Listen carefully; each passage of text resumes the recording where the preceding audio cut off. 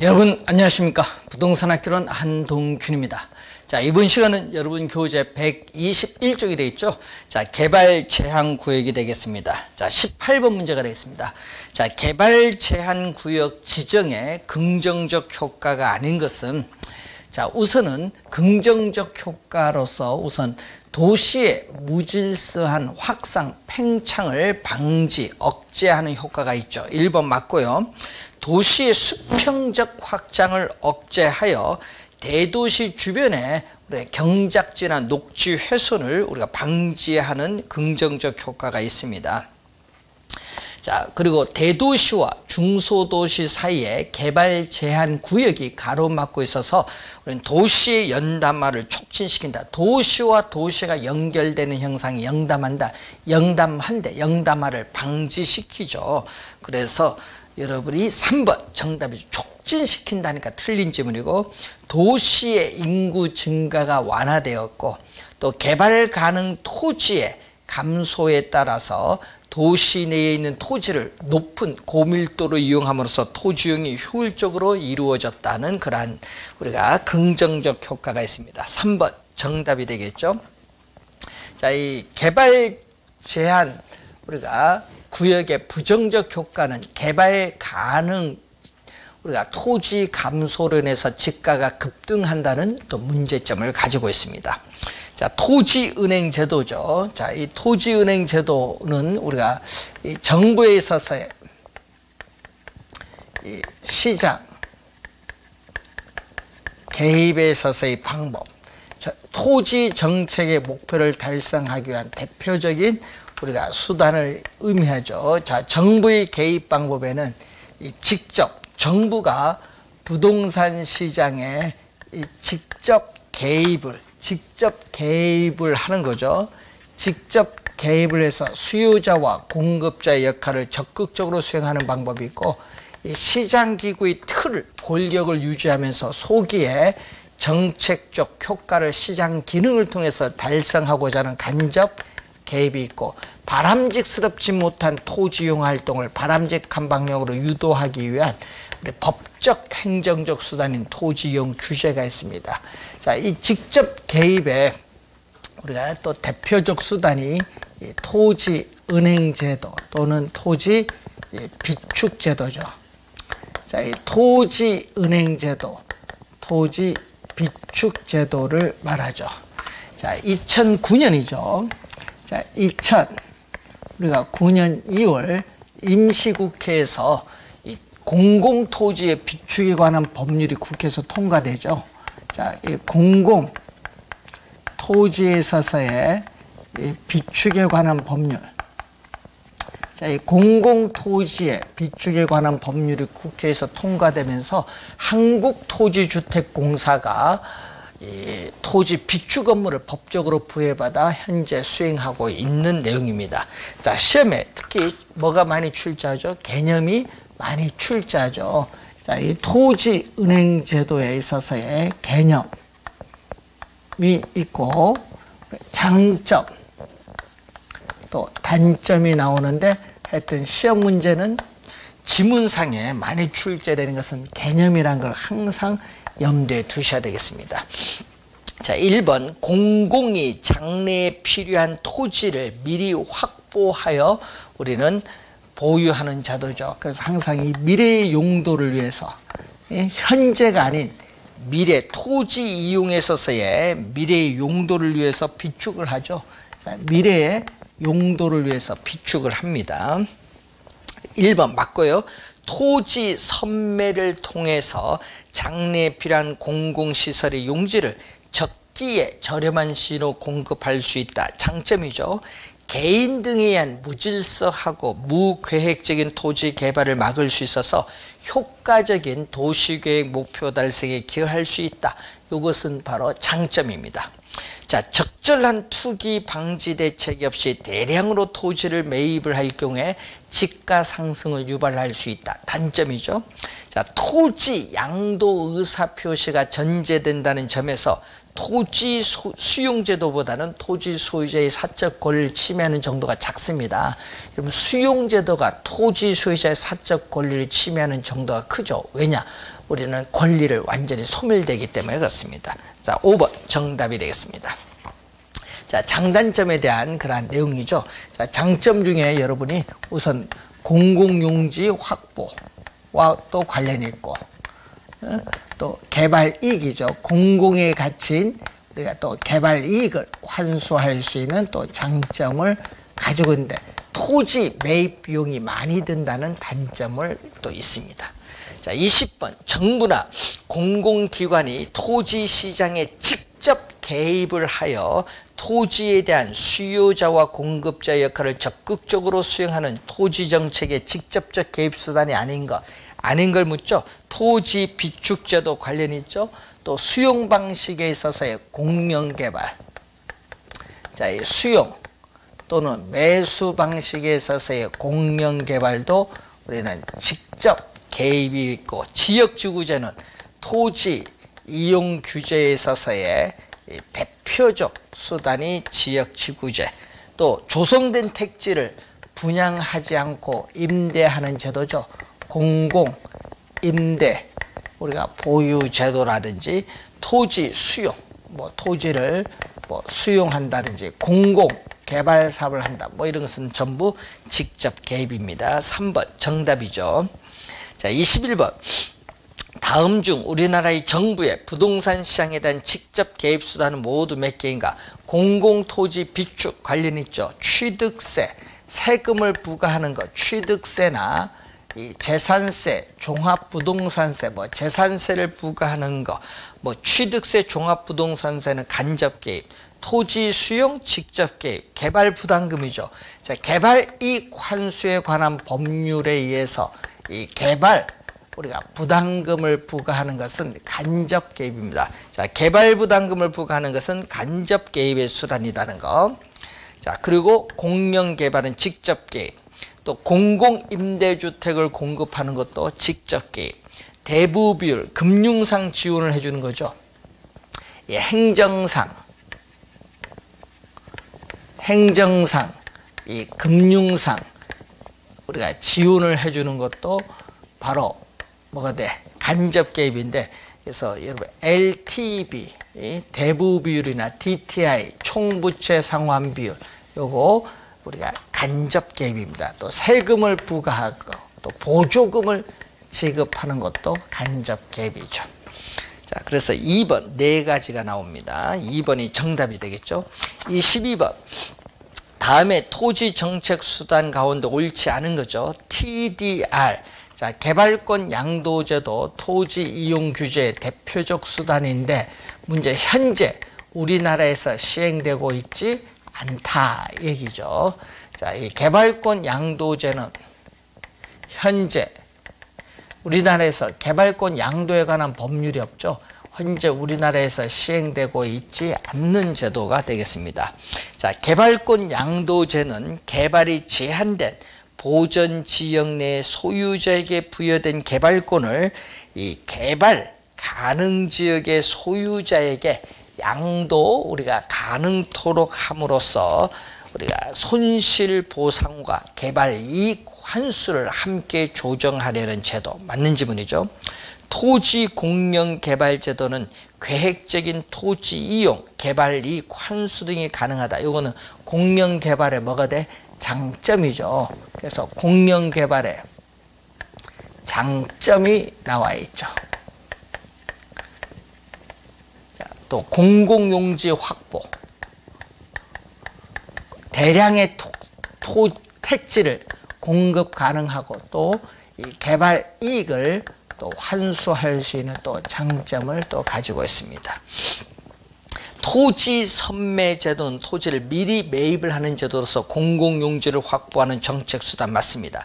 토지은행 제도는 미래의 이용을 위해 미개발된 토지를 보상, 매입을 하여 공공자유보유, 국공유지 상태로 비축하는 제도. 공공자유보유는 국공유지 상태입니다.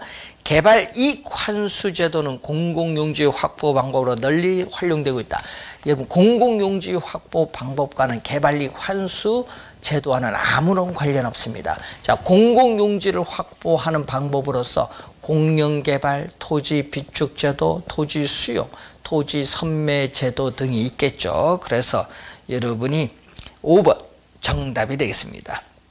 자, 23번 부동산 정책에 관한 설명으로 옳은 것은 지구 단위 계획 개념이 나왔죠. 도시 군계의 수립 대상 지역의 일부에 대하여 토지 이용을 합리화하고 그 기능을 증진시키며 미관을 개선하고 양호한 환경을 확보하며 그 지역을 체계적, 계획적으로 관리하기 위해서 수립하는 계획을 도시 군계의 수립, 우리가 지구 단위 계획이죠. 1번 정답이 되겠네요. 개념이 나와 있고. 2번 주택에 부과하는 양도소득세 산정 시 양도 가격은 공시가격이 아니라 실거래 가격이죠.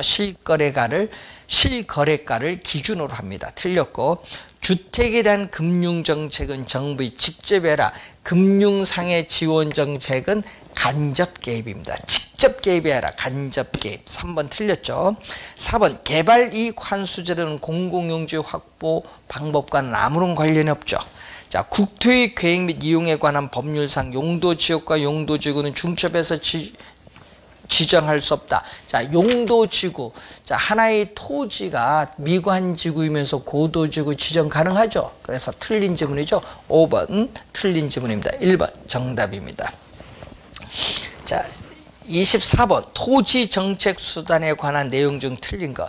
토지 시장의 실패에 대응하기 위해서 직간접, 이렇게 직간접 형태의 정책 수단이 활용되고 있다. 맞는 지문이죠. 자, 초기에 막대한 토지 구입 비용이 들기 때문에 사업 시행자가 재정 지출을 효율적으로 관리하기 어렵다. 그것은 바로 이 공영 개발, 환지 방식이 아닌 이 수용 방식, 공영 개발 수용 방식의 단점입니다. 그래서 2번 정답이 되겠고요. 공영 개발은 주로 대규모 개발 사업에 이용되어 왔고, 이 수용 방식의 문제점으로 토지 매입과 보상 과정에서 이 사업 시행자와 주민의 갈등을 들 수 있죠. 그래서 수용자와 피수용자 사이 갈등을 들 수가 있습니다. 맞는 질문. 공공투자 사업은 시장 기능에 맡길 경우 추진되기 어려운 우리가 도시계획 사업에 자주 이용되고 있다. 맞는 질문입니다. 2번 정답이 되겠고요. 자, 25번. 현재 우리나라에서 시행하고 있는 부동산 시장에 대한 정부의 개입 수단이 아닌 것. 국민 임대주택의 건설 공급은 직접 개입이죠. 토지 비축 제도도 직접 개입이고, 자, 토지 정보 창출 및 제공은 간접 개입, 공영 개발 직접 개입, 개발권 양도제는 현재 우리나라에서 시행하고 있지 않습니다. 그래서 3번이 정답이 되겠습니다. 자, 26번. 법령을 기준으로 현재 우리나라에서 시행하고 있는 부동산 정책이 아닌 것. 자, 소득세법에 의해서 지정지역 지정을 하게 되면은 우리가 양도소득세를 실거래가로 부과하죠. 자, 종합부동산세법에 의한 종합부동산세를 부과하고, 공공토지 비축에 관한 법률에 의해서 토지를 비축 은행하고 있죠. 자, 택지 소유 상한제에 관한 법률에 의해서 택지 소유 상한. 자, 이것은 1997년 위헌 판결을 받아서 폐지되기 때문에 현재 시행되고 있지 않습니다. 4번 정답이죠. 토지 초과 이득세법에 의한 토지 초과 이득세도 현재 위헌 판결로 시행되고 있지 않습니다. 국토의 계획 및 이용에 관한 법률엔 용도지역 지정 관련이 있습니다. 4번 정답이 되겠습니다. 자, 27번. 우리나라의 부동산 관련 제도에 관한 설명 중 가장 거리가 먼 것. 자, 토지 공개념은 토지의 공익성과 사회성을 강조하는 개념이죠. 토지 소유권에 대한 제한 가능성을 인식하려는 사고라고 볼 수 있죠. 그래서 토지 소유권은 절대적 권리가 아니라 상대적 권리입니다. 1번 맞고요. 2번 토지 정책의 직접 개입 수단의 하나인 토지은행 제도를 도입을 할 경우에 개인의 무계획적인 개발 방지, 토지 매입비 부담의 감소 등의 효과. 여러분 토지 단점 중에 토지 매입비 부담이 증가하죠. 토지 매입비 우리가 부담이 증가한다는 단점이 있고요. 개발 이익 사회적 환수 효과 기대할 수 있죠. 없다 하니까 틀렸네요. 2번 정답. 공공기관의 개발 사업 등에 의해서 토지 소유자가 자신의 노력에 관계없이 지가가 상승되어 현저한 이익을 받은 때에는 국가는 그 개발 이익을 환수할 수 있습니다. 그래서 어떻게 돼? 3번 어떻게 돼요? 맞는 지문이고 4번 서구 선진국들은 공공부문이 선매권 토지를 미리 매입을 할 수 있는 권리 등을 행사하여 국공유지 확대를 꾀하고 있으며 이를 토대로 공공시설의 정비, 공공주택의 공급, 계획적인 도시환경 조성 등을 도모하고 있죠. 대표적으로 뭐 영국이 그렇죠. 자, 국토의 계획 및 이용에 관한 법률에 한 용도 지역은 토지를 경제적, 효율적으로 이용하고 공공복리 증진을 도모하기 위해서 서로 중복되지 아니하게 도시관리계획으로 결정하는 지역, 용도지역 개념이 나와 있죠. 맞는 지문입니다. 2번 정답이 되겠습니다. 자, 28번 정책에 대한 설명 중 가장 적절하지 않는 것. 자, 투기 과열지구로 지정될 경우 투기 과열지구 안에서 사업 주체가 건설 공급하는 주택의 입주자로 선정된 지위에 대하여는 전매 제한 조치를 취할 수 있다. 자, 주택법에서 투기 과열지구로 지정하면요 분양권 전매 제한을 할 수 있습니다. 맞는 질문입니다. 서울시의 투기 과열지구 안에서는 분양권을 소유권 이전 등기를 완료한 때까지 전매하지 못한다. 맞는 질문이죠. 개발권 양도 제도는 지역 간의 토지 소유자 상호 간의 형평성 문제를 심화시키는 것이 아니라 완화시키는 내용이죠. 자, 이 얘기죠. 이 보전 지역과 이 개발 가능 지역에서 이 보전 지역의 토지 소유자는 이 개발을 못하게 하죠. 보전 지역의 토지 소유자는 개발 제한에 따르는 의도하지 않은 우발적인 손실을 입습니다. 우발적인 우리가 손실을 입게 되고 이 개발 지역의 토지 소유자는 또 개발로 인한 의도하지 않은 우발적 이익을 얻고 있습니다. 그렇기 때문에 이 TDR은 양 지역의 토지 소유자 간의 형평성, 자, 양 지역의 토지 소유자 간에 있어서의 이 형평성 문제를 우리가 완화시켜주게 한 제도죠. 자, 이 효율성과는 관련 없고 형평성 문제를 완화시켜주게 한 제도. 심화하니까 틀린 지문이 되겠습니다. 3번 정답. 자, 도시 및 주거환경정비법에 의한 정비사업 중 주택 재건축 사업에 대해서는 별도로 개발 이익을 환수하는 제도가 있다. 자, 여러분 주택 재건축에 따르는 부담금 제도가 있죠. 자, 용도 지역 중 공동주택 중심에 우리는 양호한 주거 환경을 보호하기 위해서 필요한 적은 제2종 전용 주거지역이죠. 자, 이 5번은 또 여러분의 올해 감정평가사 시험에 또 출제된 지문이죠. 자, 3번 정답이 되겠습니다. 29번 부동산 정책과 관련된 다음 설명 중 가장 옳은 것은 우리나라는 실정법에서 토지 공개념의 정의를 명백히 규정하고 있으며, 자, 토지 공개념의 정의를 명백히 규정하고 있으며, 이 지문이 틀렸죠. 자, 여러분 토지 공개념에 관한 법률이 없습니다. 그래서 우린 1989년 2월 집가 공시 및 토지 등의 평가에 관한 법률, 개발이익 환수에 관한 법률, 토지 초과이득세법, 택지 소유 상한에 관한 법률 등을 총칭하여 토지 공개념을 위한 법이다. 이렇게 얘기를 했죠. 그래서 틀린 지문이고요.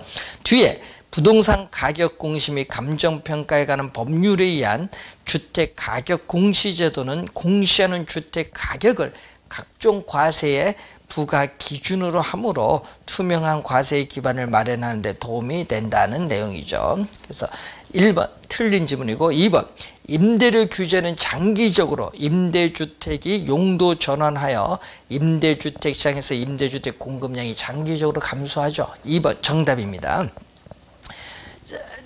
공공임대주택 정책을 시행할 경우에 장기적으로 사회 전체 임대주택 공급량 감소한다 하니까 틀렸죠. 여러분, 공공주택이 늘어난 양과 이 사적 임대주택 줄어든 양이 똑같기 때문에 사회 전체 임대주택 공급량 불변입니다. 감소하니까 틀렸고, 토지 정책의 간접이 아니라 직접 개입 수단인 하나인 토지은행제를 도입을 해야 됩니다. 간접이 아니라 직접이죠. 틀렸고, 지역주거제는 정해 외부 효과가 아니라 어떻게 돼요? 우리는 어떻게 돼요? 마이너스 외부 효과죠. 지역지구제는 마이너스 외부 효과를 우리가 어떻게 돼요? 마이너스 외부 효과를 제거하는 데 목적이 있죠. 그래서 5번도 틀린 지문, 2번 정답이 되겠습니다. 자, 30번 문제로 갑니다.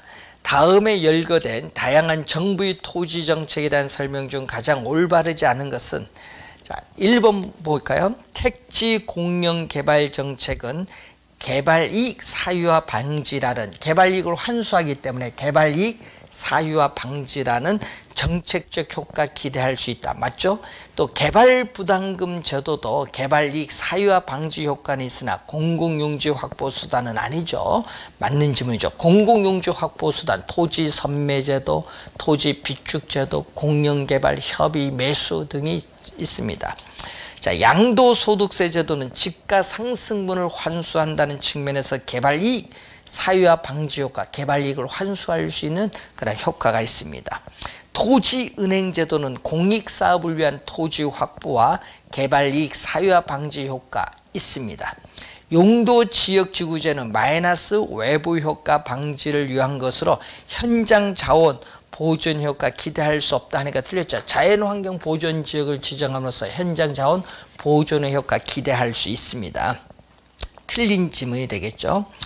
자, 31번 문제로 갑니다. 주택의 여과 과정에 대한 설명이죠. 여과는 필터링이라고 하죠. 필터링. 주택의 우리가 순환 과정을 의미하는 내용이죠. 자, 이 주택에 있어서의 순환이라는 것은 이사를 간다는 얘기죠. 그래서 이 주택에 있어서의 순환 형상을 우리가 설명하는 그러한 내용이 되겠습니다. 주택의 순환 형상. 자, 1번 불량주택 문제. 불량주택은 저소득층이 거주한 주택입니다. 불량주택의 문제는 물리적 실체로서의 주택 그 자체의 문제 하니까 틀렸죠.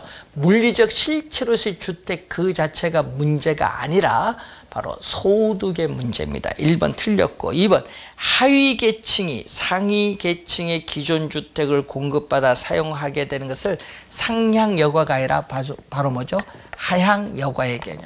바로 이 하향 여과의 개념. 2번 또 틀린 지문이죠. 그래서 하향 여과, 상향 여과 개념 정확하게 기억을 해 두셔야 되는데 2번은 하향 여과의 개념입니다. 3번 주거분리란 고소득층 주거지역과 저소득층 주거지역이 분리되고 있는 형상을 말합니다. 3번 정답이고, 저소득층 주거지역이 도심 주변에 많은 것과 역사적 개발 과정과는 무관하다. 역사적 개발 과정과 밀접한 관련을 맺고 있습니다. 틀린 지문이고, 인근 지역의 여과 과정에는 일반적으로 어떤 지역에 새롭게 들어오는 침입, 그 결과 다른 지역으로 바뀌는 천이 논리가 적용됩니다. 적용되지 않는다 하니까 틀린 질문인데, 자, 이 내용은 뒤에 문제를 계속 풀면서 설명을 하도록 하겠습니다. 자, 32번 문제로 갑니다. 주택의 여과 과정에 관한 다음 설명 내용 중 틀린 것. 하향 여과란 상위 계층이 사용하던 주택을 하위 계층이 사용하게 되는 형상으로서 쇠퇴기, 자, 인근 지역 쇠퇴, 인근 지역의 생애 주기 중 지역이 점점 우리가 주거 환경이 악화되는 쇠퇴기에 처음으로 나타나기 시작합니다. 맞는 지문이고, 주택의 상향 여과는 소득의 증가 등과 같은 이유로 인해서 저가주택에 대한 수요가 증가가 아니라 감소되었을 때 나타납니다. 2번 정답이 되겠고요. 이 상향 여과는 이 저급, 저소득층이 사용하는 이 저급, 이 저가 주택이 수선 또는 재개발돼서 상위 소득 계층의 사용으로 바뀌는 형상을 상향 여과라고 합니다. 2번 정답이고, 고급 주택 지역에서는, 자, 여러분이 여기 저급 주택 지역 또는 저소득층 주거 지역이 있겠고, 또 고급 주택 지역이 있겠죠. 자, 이때 고급 주택 지역에서는 주택 수선 후의 가치 상승분이, 자, 여기서는 우리가 투입, 우리가 비용, 우리가 수선, 우리가 비용보다 우리가 수선 후에 우리가 가치 상승분이 크기 때문에 어떻게 돼요? 비용을 투입을 해서 계속 어떻게 돼요? 수선을 하기 때문에 고소득층 주거지역, 고급주택지역은 계속 고급주택지역으로 남는 경향이 나타납니다. 3번 맞고, 저급주택지역에서는 수선을 하더라도 뭐가? 우리는 주택 가치 상승분이 뭐보다? 가치 상승분이 어떻게 돼요? 수선 후에 가치 상승분이 수리비보다 수선비보다 하회하는 경우가 많기 때문에 비용을 투입을 해서 수선을 하지 않기 때문에 뭘로 남는다? 계속 저급주택 지역으로 남는 경향이 나타나죠. 4번도 맞고, 자, 어떤 지역의 주택을 개량하지 않아서 가치가 점점 하락을 하게 되면은 그 주택은 하향 여과되고 저소득 가구가 들어오는 과정을 침입이죠. 자, 예를 들어서 고급주택 지역에서 수선 비용이 수선 후에 가치 상승보다 크게 된다. 자, 이렇게 될 경우는 비용을 투입을 해서 수선을 하지 않습니다. 수선을 하지 않으면은 이 지역에 저소득층 가구가 들어오는 침입이죠. 이 하향 여과 형상에 따르는 이 침입에 의해서 이 지역은 점점, 고급주택 지역은 점점 이 저급주택 지역으로 변할 수 있죠. 이런 형상, 어떤 요소의 침입으로 인해서 그 결과 새로운 토지 이용주체로 바뀌는 천이, 계승이 나타나죠. 자, 그래서 5번 맞는 지문이죠. 2번 정답이 되겠습니다. 자, 33번 주택의 여가 과정에 대한 내용 중 옳은 것은, 자, 1번에 이 고소득 계층의 주택이 저소득 계층으로 내려오는 것은 바로 뭐죠? 하향 여가죠. 자, 이 고소득층, 고급, 고가 주택이 물리적, 기능적으로 쇠락해서 저소득층의 사용으로 넘어오는 형상은 하향 여가인데, 하향 여가는 천이기 국면에서 활발합니다.